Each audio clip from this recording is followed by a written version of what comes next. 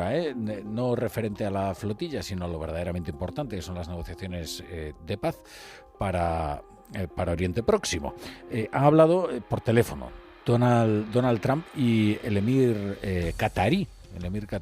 Y allí han discutido en el sentido anglosajón del término, han intercambiado impresiones acerca de estos 20 puntos que Donald Trump ha planeado para lograr un mandato del Consejo de Seguridad en los territorios palestinos y una transición hacia una nueva administración de la Autoridad Nacional Palestina en un futuro, que por supuesto pasaría en primer lugar por un alto el fuego, un cese de las hostilidades y la liberación de los rehenes. Lo importante es lo que responda Hamás. Que tiene sobre la mesa no exactamente una oferta, sino un ultimátum para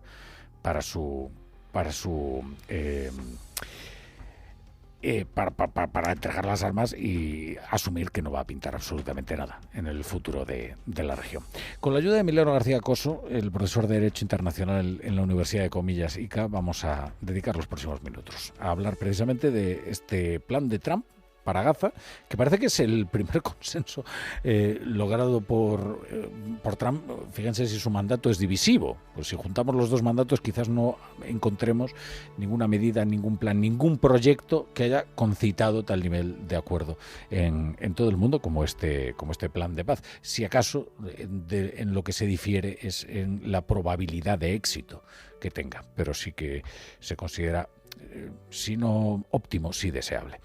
Profesor García Coso, ¿qué tal? Buenas tardes. Muy buenas tardes, muchas gracias por su invitación. Bueno, en primer lugar, yo creo que lo que tenemos es, por un lado, un plan de paz que se le plantea, ¿no?, a los países árabes, a Israel, por supuesto, y luego un ultimátum, ¿no?, a Hamás. Yo creo que habría que distinguir, ¿no?, entre esos dos caminos, ¿no?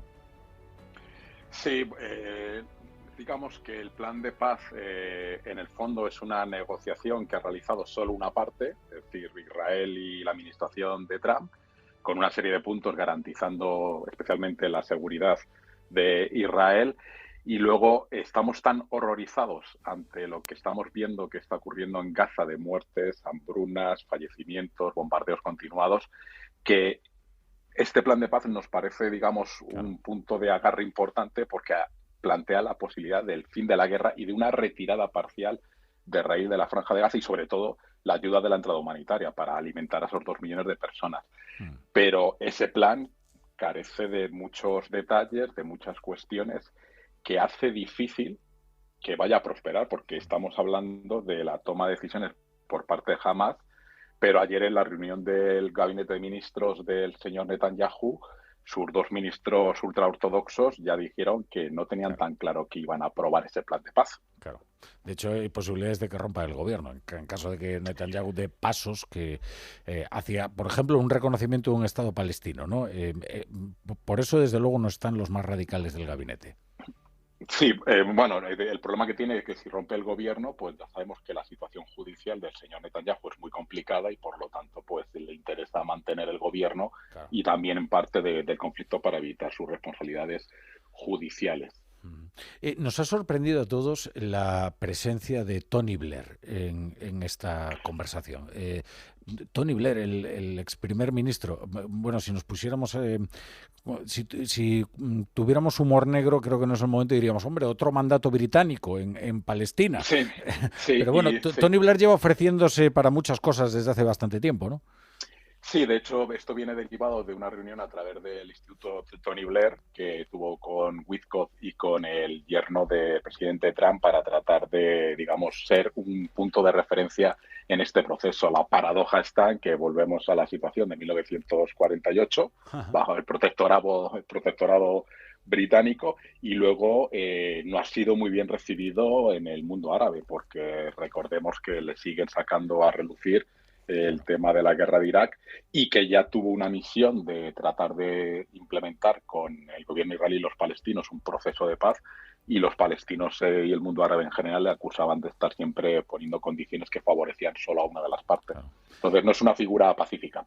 Y luego está el papel de la Autoridad Nacional Palestina, que sorprende también que acepte ser relegada para que sea un mandato del Consejo de Seguridad, ¿no?, el que se haga cargo de la administración de los territorios, y luego después siempre de una renovación total, entendemos que sin Mahmoud Abbas y sin los viejos popes de Al-Fatah, se haga cargo ya sí de una autonomía al menos palestina, ¿no? Sí, ese es uno de los puntos que hay que concretar, porque si no, incluso la propia Al-Fatah tendrá dudas sobre aceptar este plan, porque implica la transformación de la autoridad palestina, pero no indican a qué se refieren o a qué aluden con la transformación. Quizás aludan a que se les ha acusado de corrupción plena con fondos internacionales, a que no son capaces de gobernar y que realmente están ahí sentados en sus sillones. Entonces, no sé exactamente qué entiende la administración Trump y el gobierno Netanyahu con la necesidad de esa transformación de la autoridad palestina para un futuro Estado palestino, porque estos 20 puntos en ningún momento dicen reconocimiento del Estado palestino, sino de crear las condiciones para que haya un reconocimiento. Se refiere a Estados Unidos y al propio Israel, por supuesto, porque recordemos que la última Asamblea de Naciones Unidas, el reconocimiento del Estado palestino fue mayoritario entre los miembros. Bueno, y esas condiciones pues pueden ser muy diferentes, ¿no? Según Estados Unidos o según Israel. Es más, dentro de Israel probablemente hay quien crea que las condiciones tienen que ser unas y otros que crean que tienen que ser otras, ¿no? Sí, además eso se lo dejó claro Netanyahu en la propia rueda de prensa cuando presentaba la divergencia que había entre lo que estaba diciendo el señor Trump y la interpretación que él estaba haciendo de forma automática de esos 20 puntos. Entonces, evidentemente, Hamás tiene que desaparecer y ahí está la dificultad que tiene Hamás para aceptar este plan, porque implica hacerse el harakiri, es decir, desaparezco, entrego armas, me voy, me quedo, consigo que liberen a alguno de los prisioneros, pero desaparezco del mapa político y social de Palestina. Entonces, ahí va a haber un toque duro. La única opción es que los países que tradicionalmente han estado acogiendo a Hamás, especialmente el caso de Qatar o de Turquía, están apoyando estos 20 puntos, lo cual quiere decir que ejercerán una presión diciendo que si no aceptan este plan, o al menos la negociación y la ejecución de este plan, pues se dejarán de ser, digamos, refugio de los dirigentes de Hamás, tanto en Turquía como en Qatar.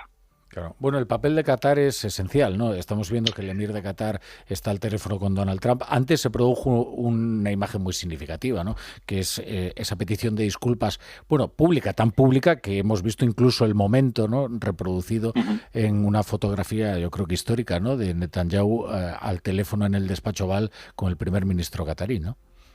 Sí, digamos que era absolutamente imprescindible, porque aunque Qatar acoge y soporta financieramente a Hamás, pues digamos ha ejercido el papel de mediador en los últimos años junto a Egipto y resultó muy llamativo que bombardeara y que hubiera un fallecido de nacionalidad qatarí. Claro. Por lo tanto, pues bueno, es la tercera vez ya que Israel pide perdón. Antes lo había hecho con Turquía, cuando el buque, también con Jordania, y esta es la tercera vez. Y recordemos que fruto de este bombardeo provocó que más de 50 países árabes islámicos pues invocaron una especie de artículo 5 de la OTAN para países árabes islámicos y volvían a ser atacados. Es decir, que ha unificado un poco ese ataque, llevó a una unificación de las posiciones árabe musulmanas respecto a posibles ataques por parte de Israel. Emiliano García Coso, profesor de Derecho Internacional. Ha sido muy interesante hablar con usted. Le agradezco mucho que haya atendido la llamada de La Brújula. Muchas gracias por su invitación. Buena tarde. Buenas tardes.